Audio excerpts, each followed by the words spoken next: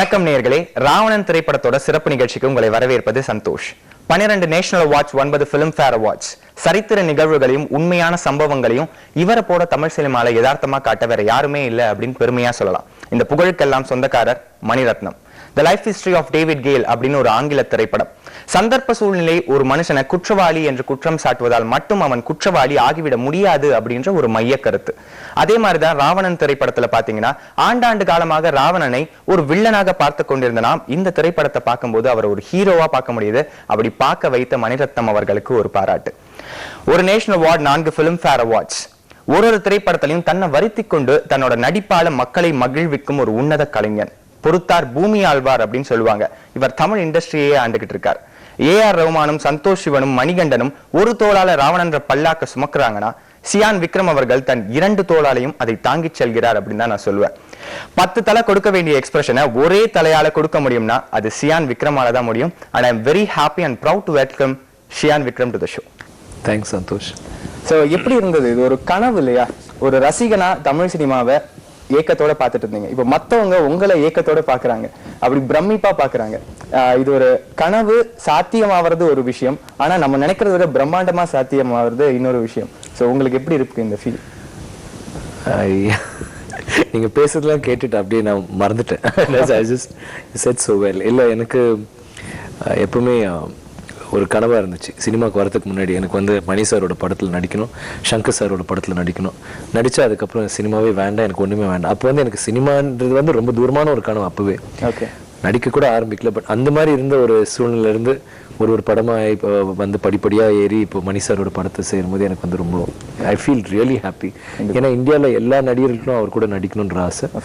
And எனக்கு வந்து ஒரே சான்ஸில் வந்து 2 மாங்காய் மாதிரி, ஒரே கல்லில் 2 மாங்காய் மாதிரி 2 கதாபாத்திரங்கள், 2 வெவ்வேறு பாஷையில். So I think it's been a good thing for me. எனக்கு இது வந்து என் வாழ்க்கையில் ஒரு ஹைலைட்னு நினைப்பேன். ஏன்னா அவ்வளோ சேலஞ்சிங்காக 2 ரோல்ஸ், அதுவும் ஒரு மணிரத்னம் சார் படத்தில். அது நீங்கள் சொல்கிற மாதிரி அந்த குழு வந்து அவ்வளோ ஒரு அற்புதமான ஒரு பிரமாண்டமான ஒரு குழு. எல்லாருமே நேஷனல் அவார்ட் வின்னர்ஸ், ஒரு international award winners, Oscar award winners.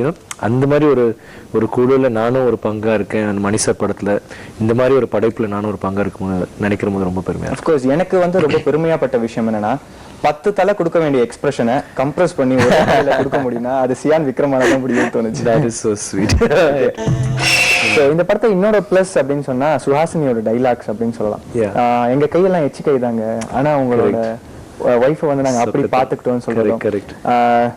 ராஜாவோட கோட்டையில ராவணனோட போட்டோ அப்படின்னு சொல்றது எல்லாம் ஞாபகம் அவ்வளவு பிடிச்சது. அவங்களே சொல்லும்போது கார்த்திகோட டைலாக்ஸும் அந்த காமெடி அவர் அப்பப்போ ஒண்ணுமே இல்ல அப்படின்னு சொல்லுவாரு. உண்மையா ஒண்ணுமே இல்லதான் அப்படின்ற விஷயங்கள் நல்ல எல்லாமே அழகா வந்து very impressed man. You done your homework well. எல்லா டைலாக்ஸும் கரெக்டான, ஒரு இது கூட மாத்தாம இல்ல ரசிச்ச விஷயங்கள். தியேட்டர்ல கை தட்டும் போது கண்டிப்பா நமக்கு அது மனசுல பதிஞ்சிருது.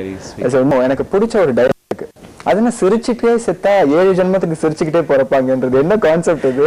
அது என் கேர்ள் ஃப்ரெண்ட் என்ன வந்து ஒரு தடவை சொல்லி பிரிட்ஜில் தலை ட்ரை பண்றோமா சொன்ன ஒரு விஷயம். நான் மணி சார் கிட்ட சொல்றேன். நீங்க எழுதிட்டு சரி நம்ம கேர்ள் ஃப்ரெண்டுக்கு சொல்லாம ஒர்க் அவுட் ஆயிடும் போல இருக்கு கண்டுபிடிச்சிட்டீங்களா? ஓகே, இன்னொரு காலர் வெயிட் பண்ணிட்டு. வணக்கம். ஹலோ வணக்கம், யார் பேசுறீங்க தோழி? ஹலோ, நான் திவ்யா ஃப்ரம் பாத்ரூம். திவ்யா, படம் பார்த்தாச்சா? பார்த்தாச்சு. ராவணன் எவ்வளவு பிடிச்சிருக்குன்னு சொன்னா என்ன பண்ணுவீங்க? ஐயோ, ரொம்ப பிடிச்சிருக்கு. ஐயோன்னு சொல்லும்போது நான் பயந்துட்டேன். ஏஆர் ரஹ்மான் ஆஸ்கர் நாயகன், அவரை பத்தி பெருமையா சொல்றதுக்கு எதுவுமே எல்லாருமே சொல்லிட்டாங்க. ஆமா, புதுசா எதுவும் சொல்ல முடியாது. ஆமா, கண்டிப்பா. சோ அவரோட லிரிக்ஸ் பாடும்போது எப்படி இருந்தது? ஏன்னா இந்த படத்துல பாத்தீங்கன்னா உங்களுக்கே வந்து ஒரு மியூசிக் ஓரியன்டட் கேரக்டர், பக் பக் பக் பக்னு சொல்றது, அது அப்படியே ரொம்ப அழகா கேரி பண்ணிருக்கீங்க இல்லையா? சோ அவரோட பாடல்கள் பாடும்போது, அவரோட மியூசிக் இருக்கும்போது எப்படி இருந்துச்சு? ஃபேன்டாஸ்டிக். ஐ மீன் எப்பவுமே புதிய மன்னர்கள ஒரு படம் அவர் எனக்கு பண்ணியிருக்காரு ரொம்ப நாள் முன்னாடி. ஆனா அந்த படத்துல பெரிய ஹிட்டான பாட்டுல நான் இல்லை. அந்த பட்டு சேலை மடிப்பு ஒரு சாங், பட்டு சேலை மடிப்புல தான் கசி, it's a very nice song. அது பாபு கணேஷ்க்கு போயிடுச்சு, ரொம்ப வருத்தமா இருக்கு. So I always wanted to work with him. So திருப்பி மணி சாரோட வரும்போது ஆப்வியஸ்லி இது ஒரு மேஜிக் இருக்கும். வைரமுத்து சார், இவரு அண்ட் ரொம்ப ஐ மீன் அந்த இன்ஃபேக்ட் எனக்கு எல்லா சாங்குமே பிடிக்கும். உசிரே போகுதுன்னா உசிரே போயிருச்சு கேட்குற போது. பட் ரொம்ப பிடிச்ச சாங் இந்த கிளைமேக்ஸ்ல ஒரு பேக்ரவுண்ட்ல ஒரு 2-3 இடத்துல வரும். நான் வருவேன் ஒரு சாங்ல, வாட்டர் சாங். ஐ மீன் அது எப்பவுமே அந்த பாட்டு கேட்டதுல இருந்து ஒரு 20 நாளா நான் அதுதான் தூக்கத்துல கூட எனக்கு ஓடிட்டே இருக்கு. ஓ சூப்பர், such a wonderful. நீங்க வந்து ஒரு ஆக்டர் மட்டும் இல்ல, ஒரு சிங்கர்னு எங்களுக்கு தெரியும். நீங்களே இப்போ சொன்னதுனால நீங்க பாடிதான் ஆகணும். இல்ல நான் பாடிட்டேன் இப்போ. இது நடிப்பு.